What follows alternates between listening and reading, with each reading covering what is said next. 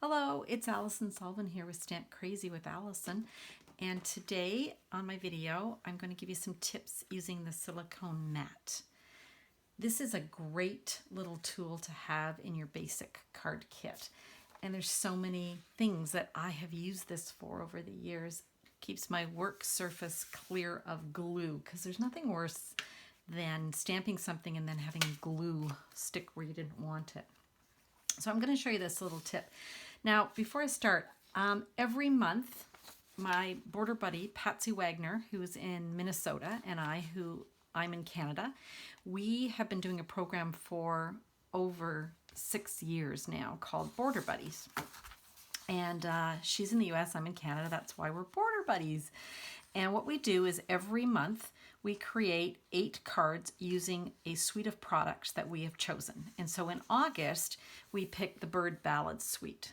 So this was one of Patsy's cards. And when someone places an order in her store in the US, Americans, and when a Canadian places an order in my store in Canada, we send them the 8-page tutorial absolutely free. It doesn't have to be a minimum amount that you order. But if you order $50 or more, we actually send you 2 of our cards in the mail. And that's what I'm working on today. I'm working on some cards for my customers who made a purchase of $50 or more in my store.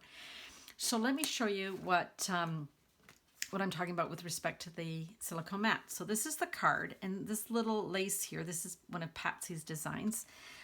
It's so much easier to add the ribbon to the back of your project if you can run a little bead of glue along here and then add your ribbon. But what happens is if you try and do it the conventional way, where you've got it like this, you're inevitably going to get glue onto your mat. And then when you go to put the next one down, it's going to stick. It's the mat. You can run a little bead of glue along the edge. Now, I don't know if you can see this, but it's actually gone off my paper onto the silicone mat. But that doesn't matter, because I can just rub it with my fingers and that'll come off. And then I've got that nice little bead of glue that I can attach my ribbon. So it doesn't seem like a big deal, but believe me, when you're stamping, you do not want glue where you do not want glue, okay?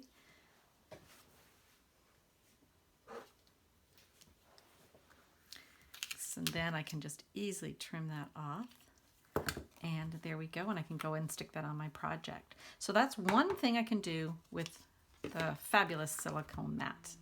So here's some more tips that you can do with your silicone craft sheet. It's got so many applications that will just make it so much easier for your crafting. So one of the things, I'm not sure about you, but one of the things that I find difficult is adding glue to very delicate items. So in this card, we've got the little gold, sort of like a little fern leaf, I suppose, and it's from the brightly gleaming foil elements. So you punch these out, but they don't have any glue on the back. So how can I add glue to simply add it to that card? Or here's another example. These are quite delicate, these items here. Or the back of the skate, all these little lace. How do you get the glue on there? Or even a word, like the word wicked. Getting glue just perfectly on and just on those items can sometimes be a challenge, right? So let me show you a tip. This tip is from my friend Connie Stewart. I think she's brilliant, and this was a brilliant tip. So I'm just going to put a little bit of glue down there, hardly anything. And I'm going to take some water. Just give it a little spritz, because I just want to thin it out just a titch. So I don't want it too thick. And then I'm going to just pick it up with my little Stampin' Sponge here. Then I've got this very delicate little die that I've cut out from the Detailed Peacock dies, because you can see how delicate it is. And I'm just going to put it on my silicone sheet and dab the glue on top. And what's great about this is when I pick it up, the glue that I put on the, that went over the edge, so to speak, isn't going to damage my die, and so that's going to be ready to just go ahead and add to a project. Is that great? So that's another little tip. And then of course you always want to wash this off. I'm just going to use, normally I would just run it under the tap, but I'm on a video, so I'm just going to wipe it clean with my wet one. Okay, so another tip is adding some color to this. So some ink pads I've got here. So I've got Granny Apple Green, just one of my favorite colors, and I'm just going to kind of tap it on there. And then I've got Bermuda Bay.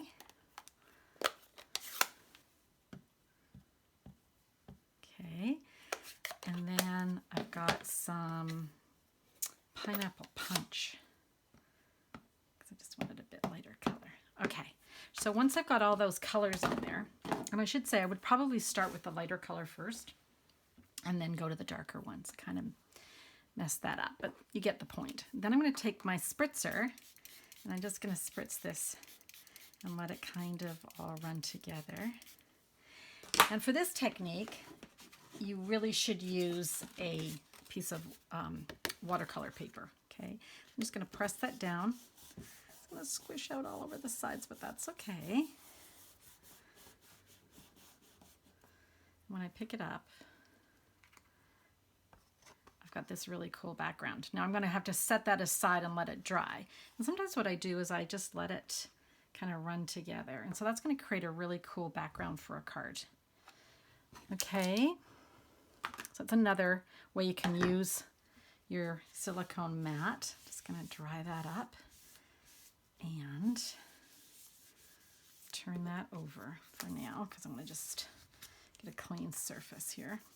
Okay, and one of the ways that is recommended by Stampin' Up, actually right in the catalog, is to take some of our embossing paste. So this is really cool. This is like icing on a cake. So cool. And I've had this for quite a while, this jar. And what I do is I take a piece of cling wrap and I put it around my jar like that. And then I put the lid on. And this just keeps it from drying out, because it can dry out. If it does dry out, you can add a little bit of water and it should refresh it. But mine's really in good shape. And this has got to be a year old. So I'm just going to put that down. So just a little bit like that. So just like icing on a cake. I'm going to just take some re-inker. Now you don't need a lot, but let's say you didn't want white. Maybe you wanted light blue clouds or brick. Look, you know, the color of brick or something like that. So this is Cherry Cobbler.